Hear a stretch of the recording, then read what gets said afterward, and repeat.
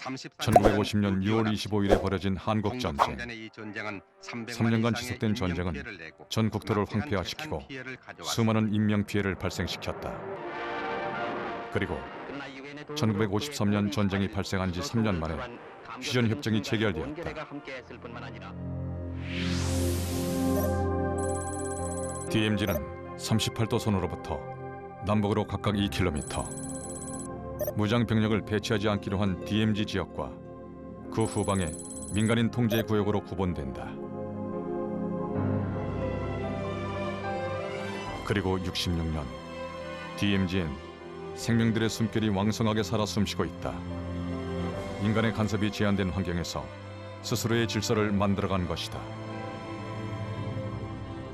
DMZ는 이제 우리 후손뿐만이 아니라 전 지구, 인류에게 남겨져야 될 유산으로 보여지고요. 자연유산은 북반구의 동북아의 자연생태계 원형이 DMZ 일원의 생태치구로서 펼쳐져 있고, 문화역사적 측면에서는 20세기 냉전 이래로 인류의 마지막 동서의 대립의 어떤 접점으로서의 공간, 그런 군사시설, 또 전쟁의 기억, 이런 측면에서 바로 세계 문화유산과 세계 자연유산이 어우러지는 복합유산으로 사람의 손을 타지 않은 전 세계에서 유일한 공간, DMZ. 사상 처음으로 야생동물을 찾아 그곳으로 향한다.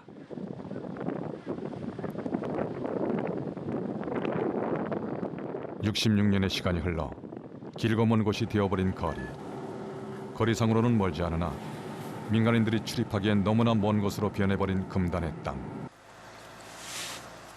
이곳은 지도에도 표시할 수 없는 미지의 땅이 되어버렸다. 특별한 이유가 없인 출입이 허락되지 않는 군사작전 지역. 중무장은 군인들과 동행해야 하고 민간인은 출입할 수 없는 공간. DMZ에서 유일하게 철책이 없이 남과 북이 대치하고 있는 지역으로 DMZ 내에 유일하게 민간인이 거주하고 있는 대성동 마을이다.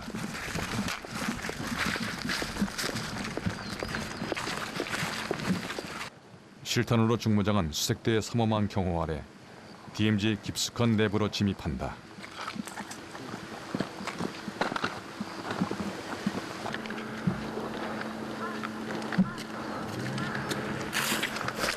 DMZ 속으로. 이 영농지에서 추수를 할 때는 저희가 완전 다 투입돼서 경계가 강화된 상태에서 추수하고, 그리고 추수가 다 끝나면 돈이 빠지고, 이런 쪽은 고의 없는 영농이라서 MDL이 바로 앞에 와서. 눈앞에 펼쳐지는 대성 저수지. 걸어서 갈 수 있는 남쪽 DMZ의 마지막 지점이다. 아군지피고, 지금 이쪽은 능선에 가려서 이제 이쪽이 북측입니다. 근데 이제 능선에 가려서 안 보이는데, 일단 이쪽에서 MDL까지 거리는 한 150m, 100m 정도 떨어져 있고, 아군지피에서 적지피까지는 한 1.8km 정도 떨어져 있습니다. 더 전방에 위치한 저 아군지피도 있는데, 일단 이쪽은 좀 차폐돼서 지형이 안 보이는데, 이따 필요하면 이따 들어가게 될 지역은 MDL에서 50m밖에 안 떨어져 있습니다.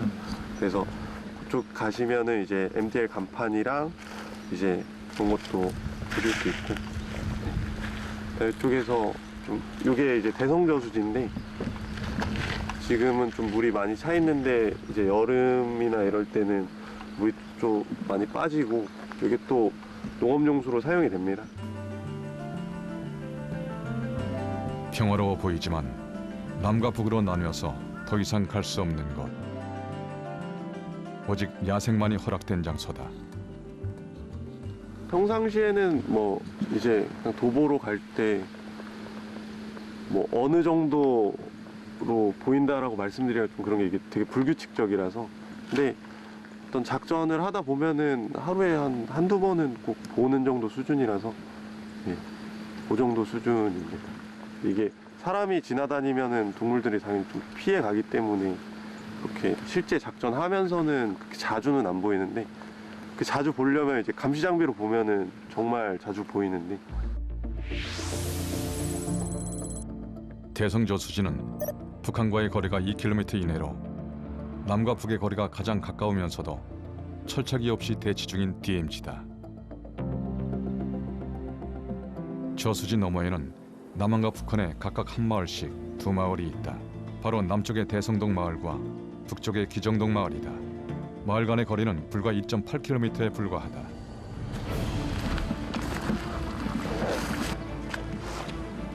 남쪽에서 갈 수 있는 최북단의 장소에서 걸음을 멈춘다. 이곳에서 우리는 과연 무엇을 찾고 있는 것일까? 지금 여기서 이제 고라니 흔적을 발견을 했는데 고라니가 이 아래쪽에 있는 논에서 이 길을 따라서 이동을 한 다음에 저쪽에 있는 저수지에 지금 물을 먹으러 간 것 같습니다. 발자국 방향이 이쪽으로 나 있는데요. 이 발자국을 살펴보면 이 앞쪽 발가락이 두 개가 모여 있어서 이렇게 뾰족한 총알 모양의 형태를 나타내고 있거든요. 그리고 무게 중심이 앞쪽으로 쏠리기 때문에 이 앞쪽이 좀 더 깊숙하게 찍혀 있는 것으로 봐서 진행 방향이 이쪽인 것 같습니다. 선명하게 새겨진 고라니의 흔적. 고라니는 이곳이 남과 북이 대치하고 있고 분단의 아픔이 서려 있는 곳이라는 것을 알고 있을까? 이런 것들에 가려져서 차폐돼서 뭐 적이 보이거나 이런 지역이 아니다 보니까 좀 못 느끼셨을 텐데 사실 200m면 다 소총 유효 사거리 아니기 때문에 굉장히 위험한 지역에서 활동을 하고 계십니다. 소총 공격을 받을 수 있고 지대의 위치가 확인되지 않은 위험 지역이다.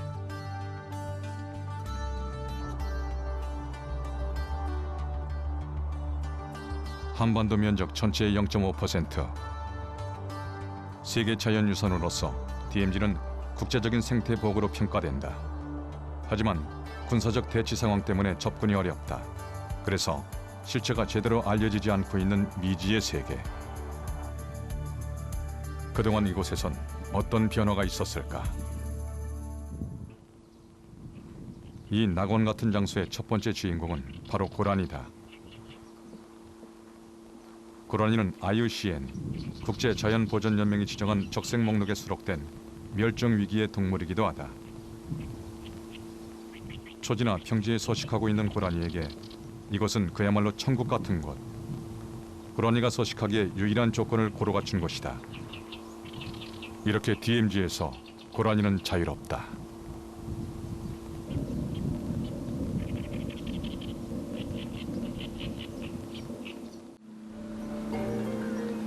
하지만 어느샌가 우리의 인식 속엔 로드킬의 희생양이자 농민들을 괴롭히는 유해조수로 인식되어 온 고라니. 66년의 시간 동안 고라니는 천덕꾸러기가 되어버렸다. 우리는 호랑이, 늑대가 자취를 감춘 지금 한반도 최후의 생존자이자 고유적인 고라니를 통해 DMZ 생태계의 비밀을 알아보기로 했다. DMZ를 상징하는 야생동물로서 고라니는 각광을 받고 있고요. 앞으로 평화시대에 DMZ의 자연생태계를 국제사회와 함께 우리가 주목하고 보존하는 측면에서도 고라니의 가치는 매우 지구적 관점에서 보호해야 될 동물이다 해도 지나침이 없는 그런 동물로 판단이 됩니다. 오랜 시간 이 땅을 누벼온 고라니. 고라니는 우제목 사슴과의 포유류로서 영어로는 워터디어라 불린다. 고라니는 순 우리말이다. 그만큼 한국인에게는 오랫동안 친숙한 동물이었다. 그리고 우리 주위에 이렇게 흔한 고라니가 사실은 한국과 중국에만 사는 토착종이라는 사실은 잘 알려져 있지 않다. 전 세계적으로 고라니는 중국과 한반도에 살고 있는 두 개의 아종으로 나뉘어지고 있습니다. IUCN 국제적인 기준에 의하면은 전 세계적으로 고라니 분포가 중국의 일부 지역과 한반도에 국한되어 있기 때문에 세계적으로는 상당히 보호 가치가 있고 좀 희귀한 종에 속합니다. 하지만은 우리나라 상황만 봤을 때는 굉장히 많은 수가 살고 있고 또 이러한 고라니에 의해서 농경지의 피해나 또 많은 로드킬에 의해서 운전자의 위협이 있기 때문에 한반도 상황만 보면은 굉장히 많은 수가 살고 있어서 개체군을 좀 인위적으로 관리를 해야 되는 상황입니다. 지구상에 사는 고라니의 90%가 한반도에 살고 있으며 나머지 개체가 중국 양쯔강 남부 지역에 서식하고 있다.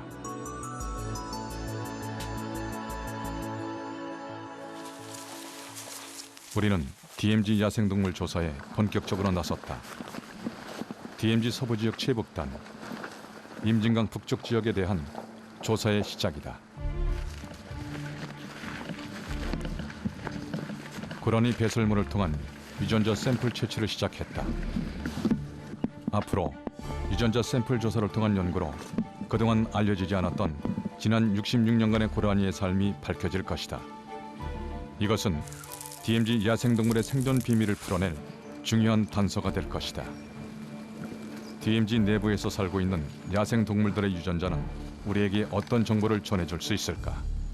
외부와 철책선을 통해서 그 DMZ 안의 동물하고 외부와의 교류가 있는지 또 어느 정도 근친교배가 이루어지고 있는지 그런 것을 알 수 있는 하나의 지표 동물이 될 수 있다는 거죠. DMZ 야생동물의 지표 동물로서 고라니가 좋은 이유는 다른 동물에 비해서 숫자가 많기 때문이다. 그것은 바로 샘플을 손쉽게 구할 수 있다는 뜻이기도 하다. 야생동물의 DNA를 연구하는데 유전자 샘플을 배설물에서 구하는 이유는 무엇일까? DNA 연구하는데 가장 좋은 거는 그 동물의 조직이나 또는 혈액에서 나온 DNA가 제일 좋습니다. 결국 근데 그렇게 하려면은 그 동물을 포획해서 약간의 피를 뽑아내든가 해야 되기 때문에 역시 어려운 일이고 가장 편리하게 DNA를 얻을 수 있는 방법은 동물의 털, 동물이 남겨둔 털이나 또는 똥에서 DNA를 얻는 것이죠. DMZ에 서식하고 있는 고라니의 흔적을 찾기 위해 DMZ 내부로 들어간다.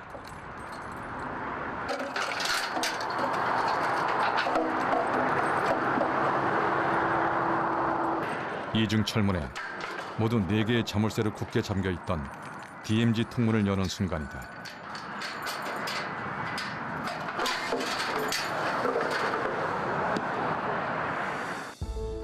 금단의 땅에 첫 발을 내딛는 순간이다. 이곳엔 과연 어떤 야생의 비밀이 숨어 있을까? 그리고 우린 그 해답을 찾을 수 있을까? DMZ 내부는 철책을 따라 광활한 갈대밭을 이루고 있었다. 물꼬리를 얼어 있으면 이쪽으로 나간다는 겁니다. 중간중간에 저희가 이렇게 물꼬리 있는 데가 있어가지고 결빙이 돼서 그걸 건너면 다칠 수도 있기 때문에 저희 가다가 물꼬리 있는 데까지, 그러니까 물꼬리 건너지 못하고 있는 데까지만 저희가 앞으로 안내해드릴 수 있습니다. 군부대의 인솔하에 안전한 길을 찾아 따라가는 길. 군인들만이 작전상의 필요에 따라 다니는 수색로.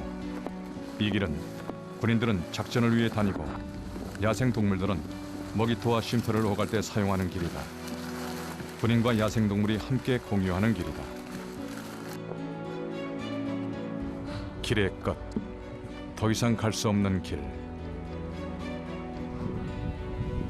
꽁꽁 얼어붙은 강물들. 임진강을 사이에 둔 남과 북. 이곳이 갈 수 있는 마지막 땅이다. 그리 멀지 않은 곳에서 보이는 북측 초소.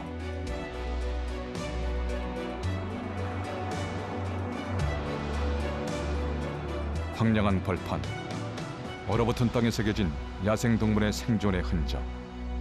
고라니가 주로 좋아하는 서식지는 깊은 산속 또 울창한 산림이 아니라 농경지나 하천 또 일반 농촌 지역과 같은 숲 가장자리가 많습니다. 그러다 보니까는 일반 시민들 또 주민들에게 굉장히 눈에 많이 띄게 되고요. DMZ. 그곳에 살고 있는 고라니를 처음 확인하는 순간이다.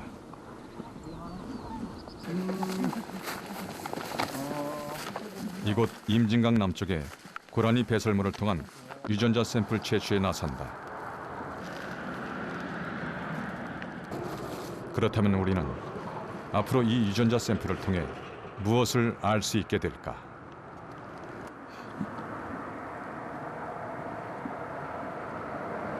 DMZ 인근에 서식하는 고라니 어떤 개체군의 그 진화적인 계통 관계를 파악할 수 있고요. 집단 간에 있어서. 그 다음에 이제 두 번째로는 어떤 고라니 종 또는 고라니의 어떤 그 개체군 내에 있어서 유전자 다양성 수준을 이제 파악할 수가 있습니다. 세 번째로는 고라니 서식 집단 간에 있어서 개체가 이제 이동을 통해서 이제 집단 간에 원활하게 이제 그 교배가 이루어지고 있는지. 임진강을 사이에 둔 남과 북.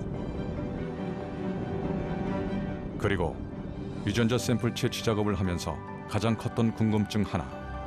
그것은 바로 고라니들이 서로 교류하고 있었는지에 관해서다. 그 지역에 살고 있는 고라니들은 과연 임진강을 건너 서로 소통하고 있었을까? 고라니 개체군은 크게 이제 파주 그리고 연천과 철원 그리고 인제 크게 세 가지 개체군으로 나누어지는데 특히 파주 민통선 지역과 파주 DMZ 지역의 개체군의 유전적 특징이 확연히 다르게 나타났고요. 파주 인근 고라니의 유전자 분석 결과 파주 민통선 지역과 파주 DMZ 개체군의 유전적 특징이 다르게 나타난 상황. 이것은 임진강의 영향과 DMZ에 있는 철책의 영향이라고 볼 수 있다. 임진강은 밀물과 썰물의 차이가 심해서 강수위 변화가 심하다. 고라니가 헤엄치기 좋은 조건이 아니라는 뜻이다. 고라니는 수영은 할 수 있지만 굳이 위험을 감수하면서까지 헤엄치진 않는다. DMZ 안에서도 임진강 아래쪽과 임진강 위쪽에 있는 개체군의 유전적 개체군 특징이 좀 다르게 나타났습니다. 이것은 임진강이라는 물리적 장벽과 DMZ 철책의 어떤 물리적인 장벽들에 인해서 개체군 간에 서로 교류가 일어나지 않는 것을 의미를 하고, 이렇게 세 지역의 고라니는 자신의 영역을 지키며 살아왔다. 외부에 공개되진 않았지만 파주 지역 DMZ는 고라니의 대규모 서식지로 전해져 오고 있다. 장담반도 들어간 건 2000년도경부터 독수리 월동지 때문에 들어갔거든요. 그때 당시는 고라니가 그렇게 많은 숫자가 아니었었어요. 뭐 한 20여 마리?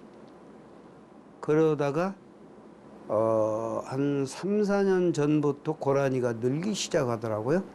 그래갖고 작년에 보니까 한 70여 마리까지 고라니가 거기서 서식을 하고 있었어요. 거기 가면서 이렇게 쉬어보면은 한 70마리, 작년 같은 경우도 한 70여 마리, 보통 한 4, 50마리가 놀고 있죠, 거기서. 강 건너다 보니까 첫째는 민가도 없고 또 유해조수로 돼 있는 고라니를 잡을 수 있는 첫째는 엽사가 없습니다. 군 작전 지역이다 보니까 아무도 들어갈 수가 없어요.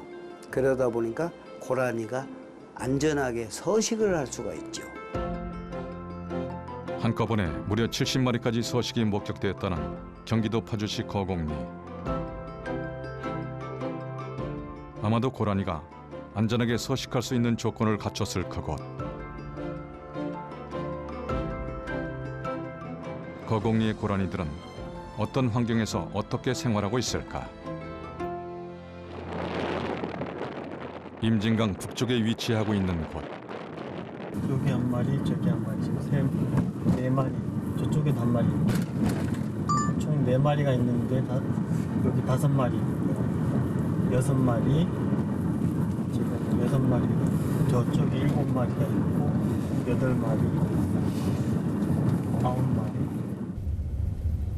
차를 타고 육안으로 확인하며 숫자를 셀 수 있을 만큼 많은 수다.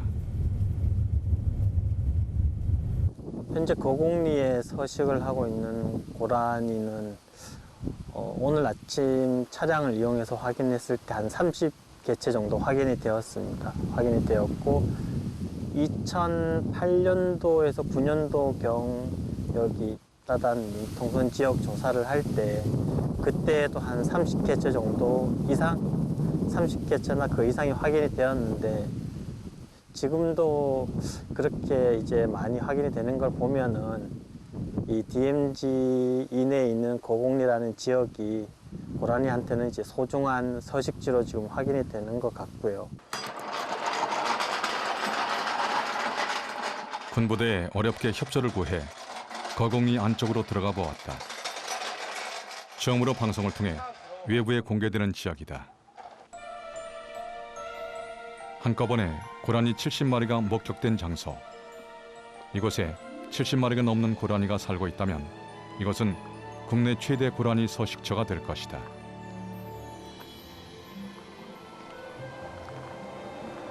갈대가 무성하게 자란 들판. 고라니의 길을 훌쩍 넘게 자란 갈대숲은 좀처럼 고라니의 형체를 확인시켜주지 않는다. 강 하류 쪽이고 이제 주변으로 습지, 초지가 많이 형성이 되어 있어서 고라니 서식처로는 굉장히 좋은 지역이라고 생각합니다. 또한 이제 사람의 출입이 제한되는 지역이고 하다 보니까 이제 서식처로는 좋은데 단지 이제 고라니 어떤 먹이라든가 먹이 자원 부분에서는 사실 주변을 둘러보면은 그렇게 좋은 건 아닌 것 같거든요. 고라니가 좋아하는 것은 식물의 어린 순과 풀이다. 갈대나 억새 같은 거친 풀은 선호하지 않는다.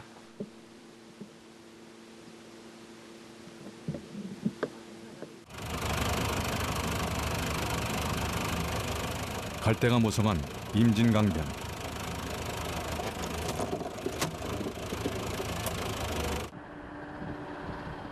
이곳은 풀이 자랄 때마다 군인들의 경계 근무를 위한 시야 확보를 위해 계속해서 제초 작업이 이루어지고 있다.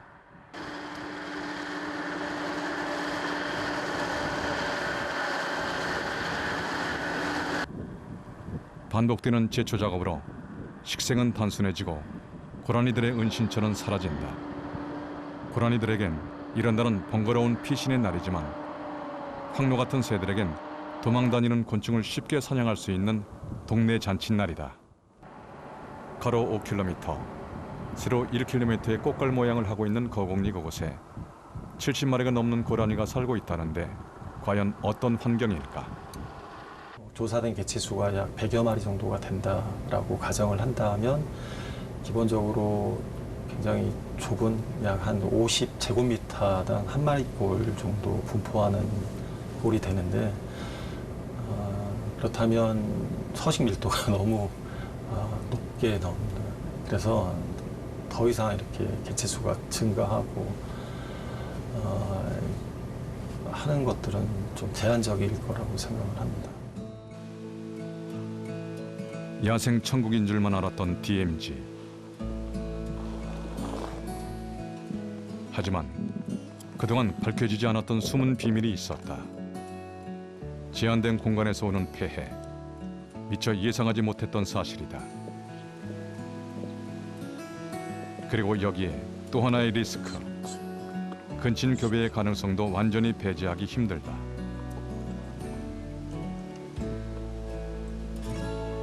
아예 파주의 남쪽과 북쪽은 지리적인 어떤 거리가 멀지 않음에도 불구하고 임진강을 사이에 두고 어떤 유전적인 구성이 유의하게 차이가 존재한다라고 이해하시면 될 것 같습니다.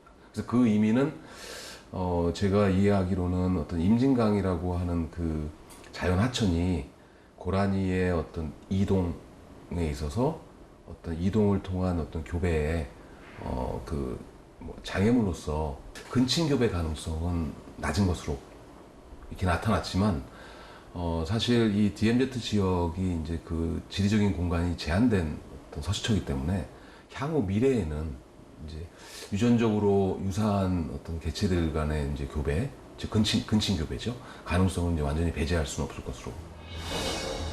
그렇다면 남북은 언제부터 견고한 철책으로 둘러싸여 있었을까? 사실 이전까지는 나무 먹대인 목침으로 일정한 간격을 두고 경계를 구분했었다. 하지만 76년 판문점 도끼만행 사건으로 인해 248km의 휴전선은 철책으로 둘러싸이게 되었다. 이전까지는 72년 7.4 남북 공동선언으로 인해 화해 모드가 조성되며 DMZ에서는 생태조사가 벌어지기도 했었다. 설치류 종류. 그거를 주 위주로 이제 그걸 조사를 하고, 왜 그러냐면은 설치류가 어떤 종류가 얼마만큼 개수가 있느냐에 따라서 거기에 피라미드이 형성이 돼요. 그걸 또 포식하는 동물들이 거의 비례해서 또 있는 거기 때문에 많이 잡히냐 덜 잡히냐에 따라서 이제 거기에 대한 개수를 대략 짐작이 가는 거지 이제. 그래서 큰 대형 동물들은 보기가 힘들었고, 솔직히 해서 호랑이, 뭐 표범, 무슨 뭐 저기 늑대, 여우 이런 것들은 좀 보기가 힘들었고, 그 당시 일부 있다고 얘기는 들었지만 원주민한테 얘기는 들었어요. 하지만 단발성으로만 그친 생태조사. 그 이후엔 어떠한 조사도 이루어지지 않았다.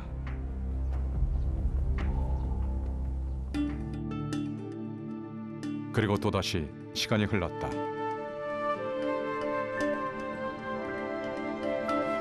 시간이 흐르는 동안 그곳에 야생동물에 대한 소식이 조금씩 밖으로 전해지기 시작했다. 처음으로 실시한 DMZ 야생동물의 유전자 분석 결과가 나왔다. 먼저 임진강을 사이에 두고 북쪽과 남쪽은 유전적인 차이를 보였다. 그것은 임진강과 DMZ의 철책이 장벽으로 작용하고 있기 때문이다.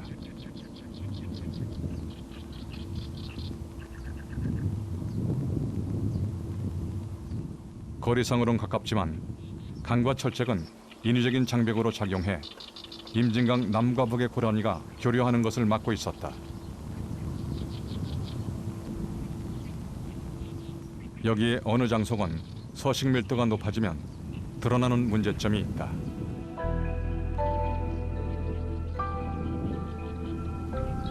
고립된 한 지역에 몇 마리의 고라니가 살기 시작했는지는 모르지만 현재 대규모로 증가한 상태에서는 유전적 건강에 대한 의문이 제기된다.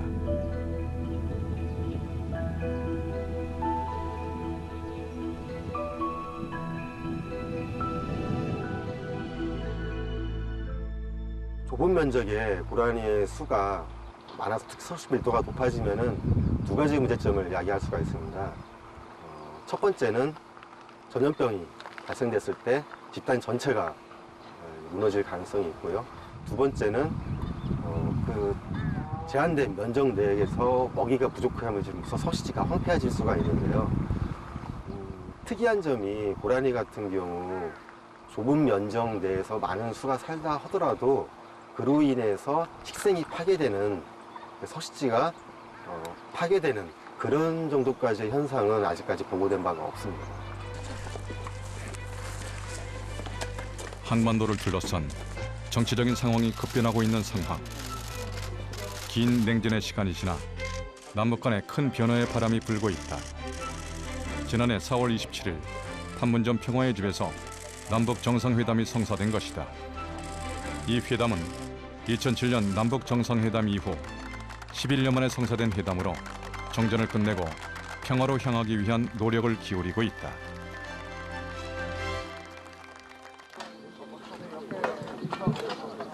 야생의 땅이자 분단의 땅이었던 DMZ.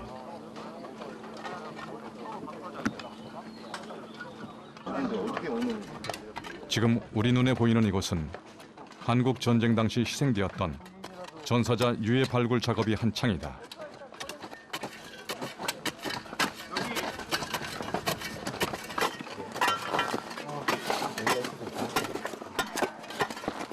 철책 옆 연천 백석산에서 발굴 작업 중인 이 현장은 땅에 묻혀 있는 지난 66년의 비밀을 찾는 중이기도 하다.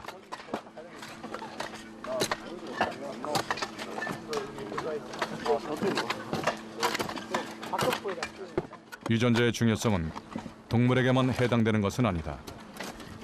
유해도 유전자 분석을 통해 과학적인 방법으로 가족의 품으로 돌아간다.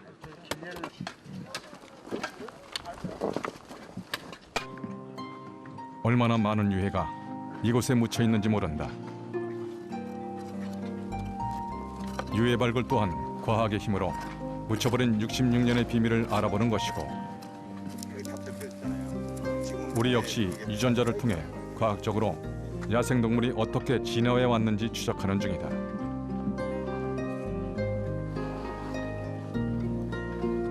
남북의 군인들과 철책으로 갇혀있던 DMZ.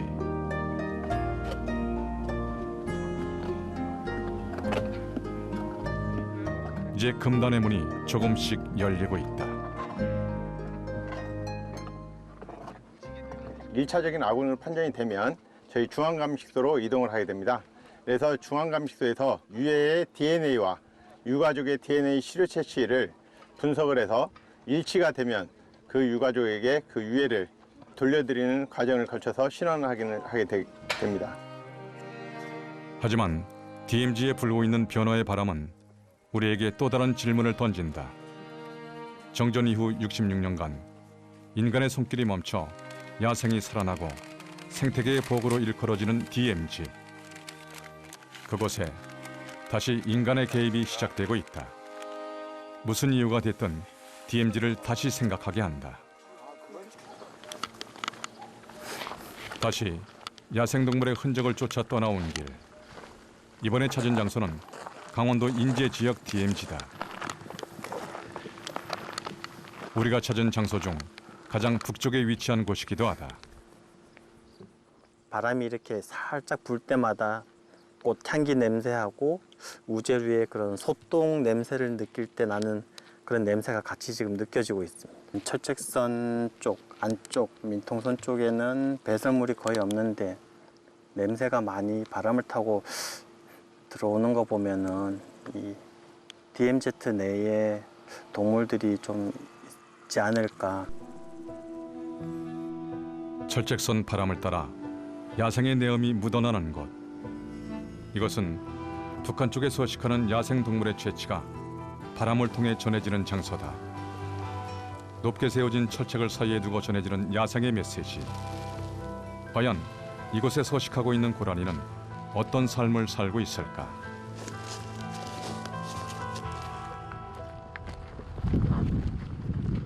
DMZ 내부로 향하는 발걸음. 군인들의 엄중한 호의를 받으며 고라니의 흔적을 찾아 나선다. 어렵게 발견한 야생의 흔적들. 아직은 신선한 형태를 갖추고 있는 것이 고라니가 다녀간 지 얼마 되지 않은 것 같다. 형태도 색상도 보존 상태가 좋은 편이다. 지금 여기 있는 배설물이 보시면 수분이 많이 함유돼서 약간 딱딱한 똥이 아니라 무른 똥이 나왔는데, 잠시 멈춰선 행렬. 이 배설물은 지금 고라니 배설물 같습니다. 지금 배설한 지는 좀 많이 말랐지만 배설물을 분해를 해보면 최근에 배설한 배설물이거든요. 그래서 아직 배설물 속에 그 풀 색깔이 녹색 형태로 그대로 아직 보존이 되어 있어서 비가 안 와서 그렇지 이 배설물도 아직 신선한 배설물 형태를 나타내고 있습니다.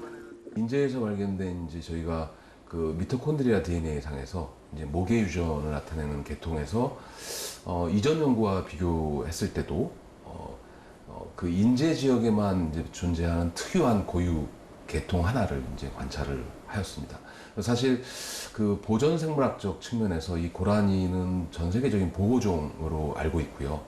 그래서 우리나라가 주된 서식처, 한반도가 주된 서식처로 알려져 있는데 이 보존 측면에서 사실 그 고유 계통 또는 고유 유전자라고 하면 그 지역에만 존재하는 거기 때문에 그 지역에서 그 계통이 사라지면은 전 지구에서 사라지는 것으로 이해하시면 됩니다. 그래서 우리가 일반적으로 어떤 보존 계획을 수립할 때 그러한 고유 유전자가 존재하는 어떤 지역은 우선적으로 어떤 보존을 하는 노력. 강원도 인제 지역에서 발견된 고라니의 유전자 샘플들. 이곳 지역에서만 나타나는 고유한 유전자로 밝혀졌다. 그것은 곧 이곳의 고라니를 보존하지 않는다면 고유 유전자가 전 세계에서 영원히 사라진다는 뜻이기도 하다.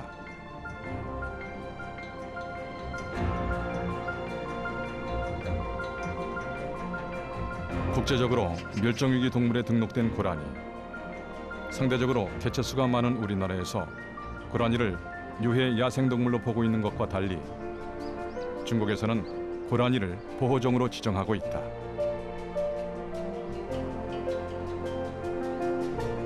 중국에서는 고라니의 개체수가 급감하여 멸종위기 동물로 지정하여 관리하고 있는 데 반하여 우리나라에선 고라니를 수렵동물로 지정하여 사냥이 허용되고 있는 것이다.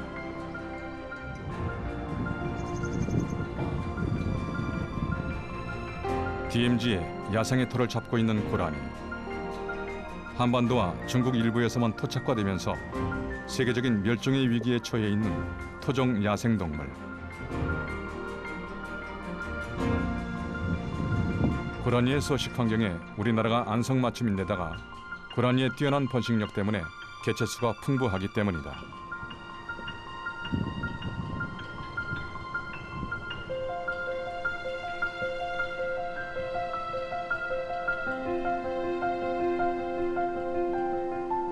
DMZ라는 공간에서 66년간 살면서 대규모 집단을 형성한 지역들이 보고되고 있다.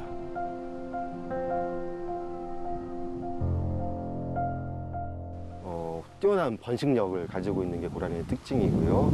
즉 보통 4월에서 6월 사이 5, 6월 달에 새끼를 낳는데 그때 태어난 새끼가 성장이 빨라서 그해 가을이 되면은 번식에 참여할 수 있을 정도로 성장이 됩니다. 특히 그래서 암컷 같은 경우는 올해 5, 6월 달에 태어난 새끼가 다음해 5, 6월이 되면은 바로 어린 새끼를 낳을 수 있을 정도로 성장 속도가 빠르고 새끼도 보통 2마리에서 3마리, 4마리까지 낳음으로써 새끼 다른 사슴들에 비해 좀 더 많이 낳는 편입니다. 그래서 적정하게 서식지와 개체군이 보존이 될 경우에 개체군이 고라니 서식 수가 다른 사슴들에 비해서 굉장히 빠른 속도로 늘어날 수 있는 잠재력이 있습니다. 위기에 놓인 고라니를 보호하기 위한 방편으로 생태 관광이 제기되고 있다. 그들의 삶을 방해하지 않으면서 서식지를 지켜내며 인간에게도 도움이 될 수 있는 방편으로의 생태 관광. 인간과 야생이 공존하기 위한 자선책이다. 고라니는 그 종 자체로도 굉장히 중요한데 사람과 연관해서 생태 관광의 주요한 대상종이거든요. 왜냐하면 희귀한 종이 굉장히 다른 종에 비해서는 많이 있는 상황이고, 그리고 그 생태 관광을 접목을 해서 걔네들의 그 보전과 그리고 이제 관리 쪽의 어떤 노력들을 보인다면 아마 굉장히 중요한 생태 관광의 대상 종이 아마 될 것 같고, 대신에 그런 부분을 고려하기 전에 영양에 대해서 우리가 생각을 좀 많이 해봐야 될 것 같아요. 다가올 미래, DMZ 인근 야생 지역이 일반인들에게 개방된다면 어떤 모습이 되어야 할까? 고라니의 생태 관광으로서의 가치나 앞으로 일어나게 될 과오를 미리 알아볼 수는 없을까?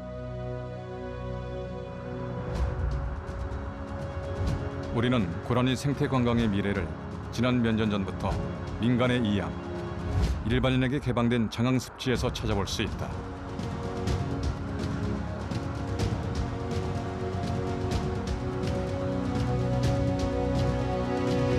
강 하구가 둑으로 막혀 있지 않아 강물과 바닷물이 교류하는 기수역 생태계를 형성하고 있는 장항습지. 오랜 세월 민간인의 출입이 금지돼 한강 하구 습지 중 가장 많은 동식물들이 서식하고 있었다. 또한 장항 습지는 우리나라 최대의 버드나무 군락지이자 겨울 철새의 월동지다. 그리고 고라니의 집단 서식처이기도 했다. 2005년도에 고라니 전수조사를 처음 했는데요. 그 당시에 장마가 진 직후에 고라니들이 새끼들을 주로 이 철책 주변으로 이렇게 피난을 시킬 때였습니다. 그럴 때 전수조사를 해보니까 당시에 한 70여 마리 정도가 카운팅이 되었습니다. 그러나 시간이 흐른 지금 어떻게 변했을까? 아쉽게도 장항 습지 내 고라니의 숫자는 확연히 줄었다.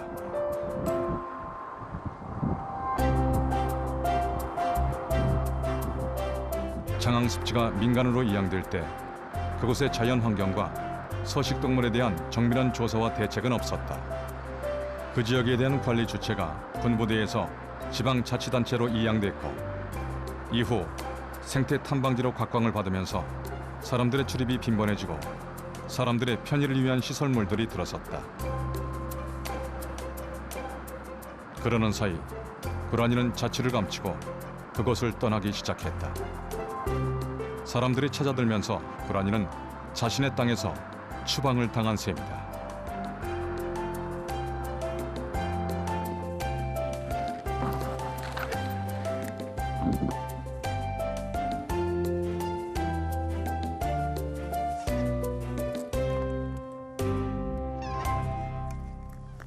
(20년) 정도가 지금 지난 상태에서는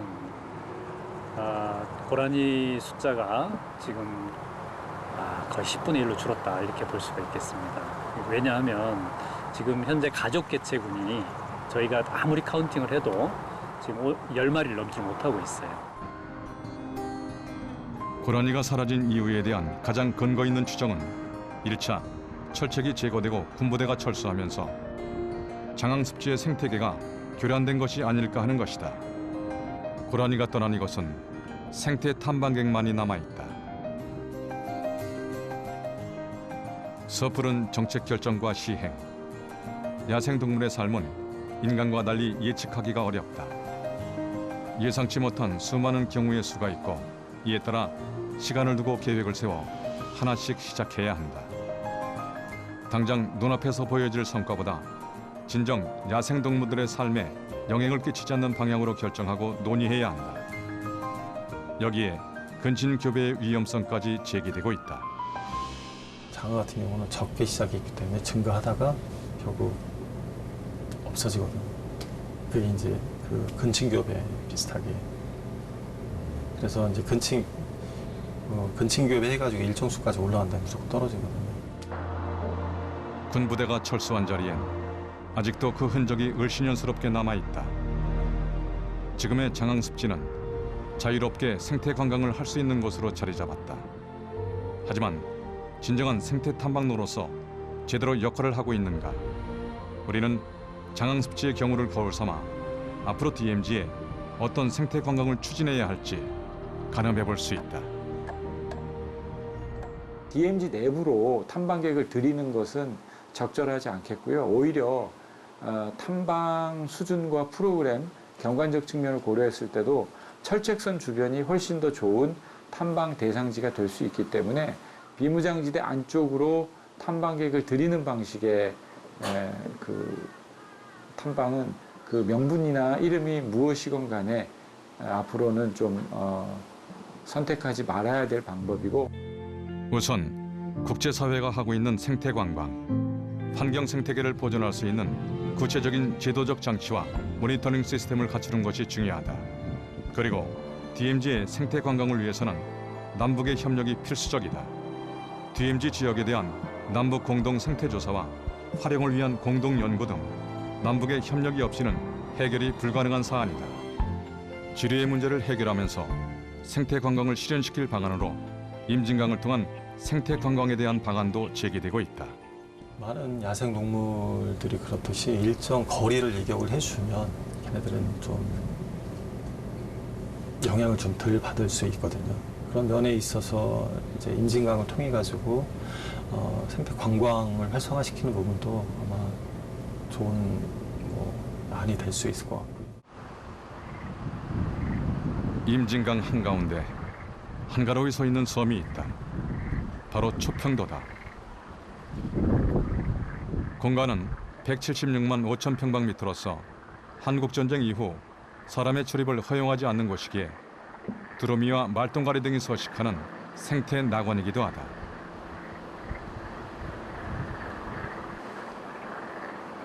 초평도는 우리가 반드시 해결해야 할 미래다. DMZ라는 전형적인 공간. 아무도 들어갈 수도 없고 지뢰의 위험도 곳곳에 놓여 있다. 군인들조차 경계를 서지 않는 섬. 이곳은 철새들과 고라니만이 남아있다. 초평도는 지금 보기만 하는 생태 관광을 하고 있다. 지뢰의 위험 때문에 섬 안으로는 들어가지 못한다.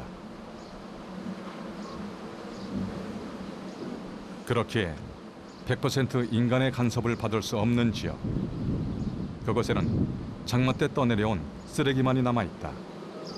그리고 그 속에 갇힌 고라니. 초평도에 남아있는 고라니는 우리에게 어떤 의미인가? 특이하게도 이런 지역에 60년 이상 인간이 출입하지 않고 철저하게 지켜졌다는 것은 지구적 차원에서 봤을 때 굉장히 희귀하고 소중한 자원입니다. 그래서 DMZ의 생태계는 우리나라의 보물뿐만이 아니라 지구 생태계 봤을 때도 전 세계인과 함께 지키고 함께 공유해야 될 중요한 생태적 자원이자 생태 관광적 가치가 있고요. 야생의 낙원이 펼쳐졌지만 철책으로 가로막힌 그곳 DMZ. 그곳에서 야생의 생명들은 66년을 살았다. 그곳에 살고 있는 고라니는 그동안 과연 행복했을까?